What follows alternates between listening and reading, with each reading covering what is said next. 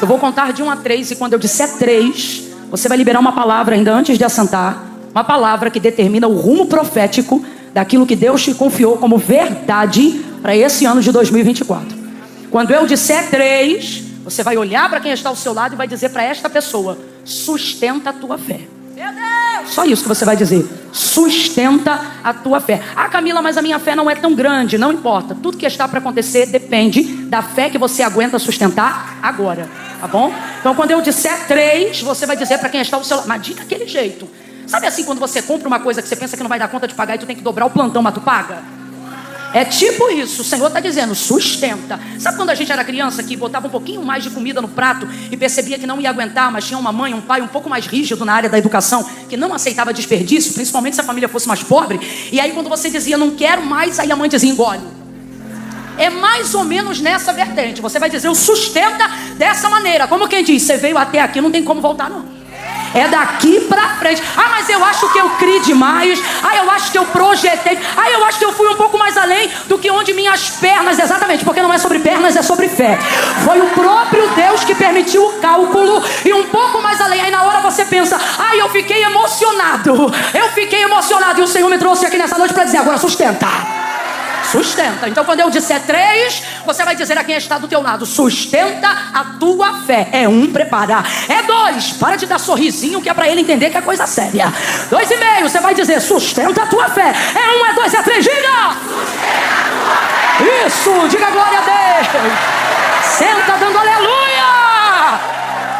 Aleluia. Vai sentando e vai glorificando. Oh, aleluia. Aleluia. Aleluia! Glória a Deus! Glória a Deus! Glória a Deus! Glória a Deus! Nós vemos aqui 2 tamanhos de fé. 2 tamanhos de fé. No mesmo texto, no mesmo episódio. Por que não dizer na mesma passada, né? Numa caminhada, 2 episódios que mostram cada um com um tamanho de fé. Camila, fé tem tamanho? Tem. Fé tem tamanho. E como é que a gente sabe que fé tem tamanho? Por causa do resultado daquilo que ela provoca. João, quando tira um tempinho curto para poder falar sobre fé, é como se ele estivesse simulando um diálogo, onde na verdade não é um diálogo, é uma pergunta retórica que ele está fazendo, nos levando a uma reflexão. Como se alguém estivesse perguntando assim para ele, ao perguntar para a gente, mostra-me a tua fé. E aí ele responde dizendo assim, não, vou te mostrar as minhas obras. E aí vendo as minhas obras, você vai ver o tamanho da minha fé. Ou seja, fé, ela tem dimensões. E a comprovação disso está no resultado daquilo que ela é capaz de provocar de acordo com a sua dimensão. Por isso que de vez em quando algumas coisas Jesus fazia e ele dizia, seja conforme a sua fé. Ou seja, não é conforme eu pedi, não é conforme eu determinei, mas é conforme o plano que você estabeleceu, porque você creu, porque você projetou, porque você veio até aqui. E aí tem até um pouco a ver com aquilo que nós dissemos lá no início, sobre o homem fazer planos e o selo vir da parte de Deus. Por isso que o homem de Deus, a mulher de Deus, ele faz planos e ele consagra isso ao Senhor, para que o Senhor possa confirmar. Não é para o Senhor execrar, não é para o Senhor rasgar o papel, é para ele selar, confirmar, acrescentar nos planos que já foram feitos. Então nesse texto, nós temos basicamente 2 tipos de fé, 2 tamanhos de fé e 2 resultados diferentes. Aparentemente, a fé da mulher do fluxo de sangue é sem dúvida, incontestavelmente, uma das maiores fés apresentadas no Novo Testamento. Por quê? Porque ela inaugura um método novo, algo que ninguém ainda antes dela havia realizado. Havia um testemunho de Jesus. Qual era o testemunho? O que as pessoas ouviam falar sobre Jesus? Elas ouviam dizer que a todos quanto ele tocava, estes eram curados. Então esse era o testemunho de Jesus.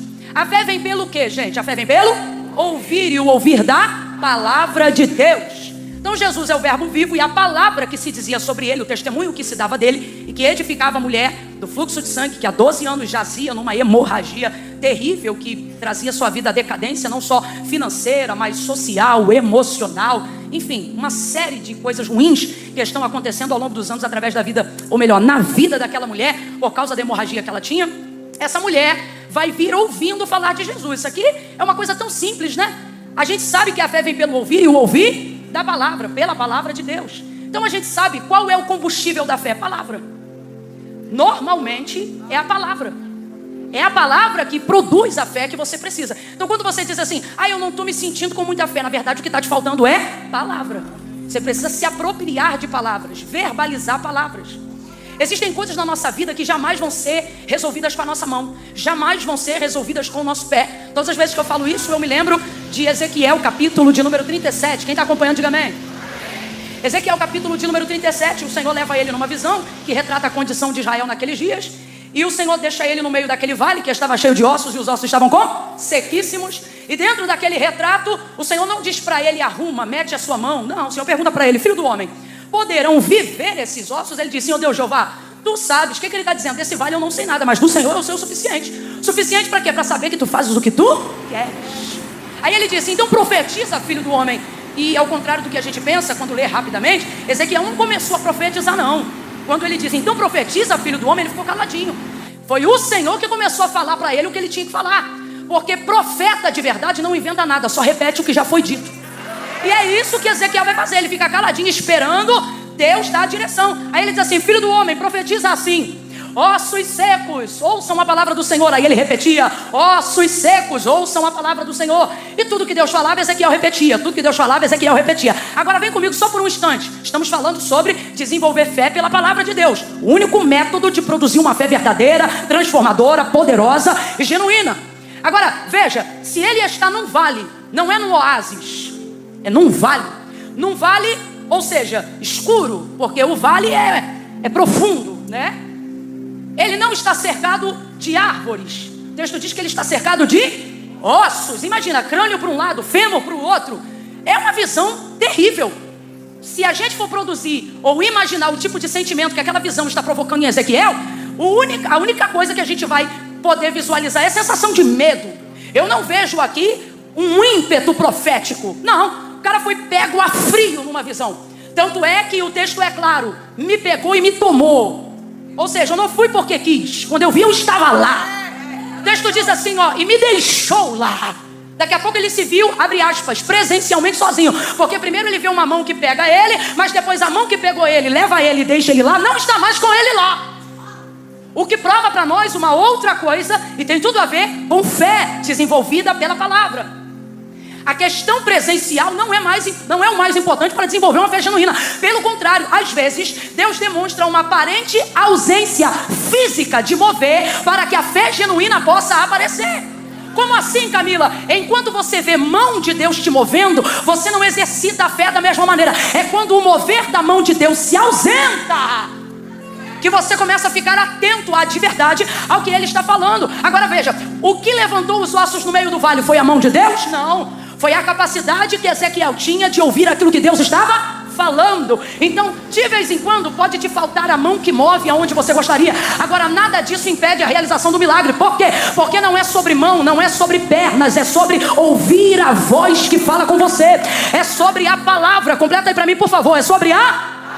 Então ele não está vendo mais a mão que o tomou. Ele está cercado de um vale, num vale cheio de ossos, certamente sentindo a princípio um pouco de medo, mas o texto diz que ele segue repetindo aquilo que Deus está falando. Ele segue profetizando. O que ele está sentindo enquanto ele profetiza? Eu não consigo imaginar que ele esteja sentindo muita coisa além de medo, mas ele segue profetizando aquilo que Deus está falando. Eu imagino que tudo continua escuro como estava antes, mas ele continua profetizando. Não há nada que aqueça a alma dele naquele momento, mas ele continua profetizando. E nas primeiras palavras proféticas não há mover algum no vale. Ele está profetizando é no eco, está profetizando é na voz, está profetizando é na solidão mesmo. O texto diz que demora um pouquinho. Não é que o texto diz que demora, mas se você analisar, você vai ver que primeiro ele profetiza de 3 a 4 coisas, para só lá pela quinta, quando Deus diz assim para ele, ó, diga-lhe assim, filho do homem, porque parece que nada acontecia. Aí Deus vai dizer assim, diga-lhe assim, filho do homem, vento dos 4 cantos sopra sobre este vale. E aí ele dizia, vento dos 4 cantos sopra sobre este vale. E enquanto ele repetia isso, aí o texto diz que começou a ouvir um barulho. Então veja como desenvolvimento de fé não tem associação alguma com sentimento, mas com a capacidade que você tem de reproduzir repetidamente uma palavra que você recebeu, mesmo quando aparentemente toda a realidade parece paralisada diante do que você está profetizando. É exatamente isso que está acontecendo no vale. Quem está entendendo, diga amém. Mas ele segue profetizando. É assim que nós desenvolvemos a fé. Você vê o marido ficando cada vez mais viciado. E quanto mais viciado ele fica, mais você repete: esse aí vai ser pastor, esse aí vai ser obreiro, esse aí vai ser um homem de Deus. E você vai vendo por um tempo a paralisia, o contraste entre a realidade e a fala. Mas o que é fé? Fé não é a capacidade que eu tenho de sentir. Fé é a capacidade que eu tenho de profetizar o que eu sei, mesmo quando eu não estou sentindo nada. Se Ezequiel, imagino eu, fosse dar voz ao que ele sentia antes de haver um mover naquele vale, certamente ele daria voz ao seu medo. Nós somos muito rápidos em dar voz ao nosso medo, mas somos vagarosos em dar voz à nossa fé. Sentimos-nos constrangidos em falar do que ninguém acredita, em falar do que não combina com a realidade, em falar do que Deus falou sobre nós, em repetir o que Deus disse a nós. Ficamos com medo de sermos taxados de louco, ficamos com medo de parecer que aquilo que estamos falando não vai acontecer. Só que o compromisso daquilo que Deus entrega não é com quem recebe, é com Ele que promete. E aí a gente acaba não verbalizando aquilo que Deus falou. Mas Ezequiel verbaliza. Eu tenho para mim que quando ele viu cada osso se juntar ao seu osso, o medo que estava antes ficou até maior.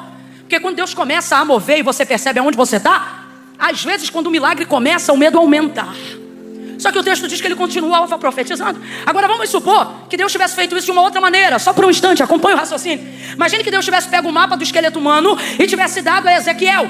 E tivesse dito assim: Ezequiel, é assim que se constrói, ó, o fêmur, a bacia na espinha, espinha nisso, crânio, coloca assim, desce dessa maneira. Se ele tivesse um mapa do esqueleto humano e com as mãos, sem precisar dizer nenhuma palavra, ele pudesse unir cada osso ao seu osso, ele também seria capaz de fazer essa obra. Mas ela não seria tão perfeita por dois motivos. Primeiro, ele jamais saberia se o osso do fêmur que ele está colando na bacia é o osso da mesma pessoa. Segunda coisa, imagine o tempo. Eu quero que você diga após mim, diga tempo. O tempo que levaria para ele fazer isso com as mãos. Mas às vezes nós queremos usar o tempo da revelação profética para fazer com as mãos o que não temos coragem de fazer com a voz, o que não temos coragem de fazer com a língua, o que não temos coragem de fazer com a boca. E gastamos anos da nossa vida fazendo com a mão, na força do braço, na força dos pés, na força do dinheiro, na força da influência, tornando físico aquilo que Deus deixou claro na visão. Qual é a clareza da visão? Deus não disse arruma com a mão, Deus disse: filho do homem, profetiza. Camila, eu ainda não entendi, vai entender agora. Deus está dizendo: você está cansado porque está dando para a mão um trabalho que estava na tua língua. Você está cansada porque está dando aos pés um trabalho que estava na tua boca. Camila, eu ainda não entendi, vai entender. Deus está dizendo: o lugar que eu te coloquei agora não se faz obra com a mão, é com a boca. Abre a tua boca e profetiza. Ezequiel profetizava, ele dava voz ao que Deus falava. Agora eu te pergunto, se é Deus que está falando, por que quando Deus fala a Ezequiel, o vale não se arruma?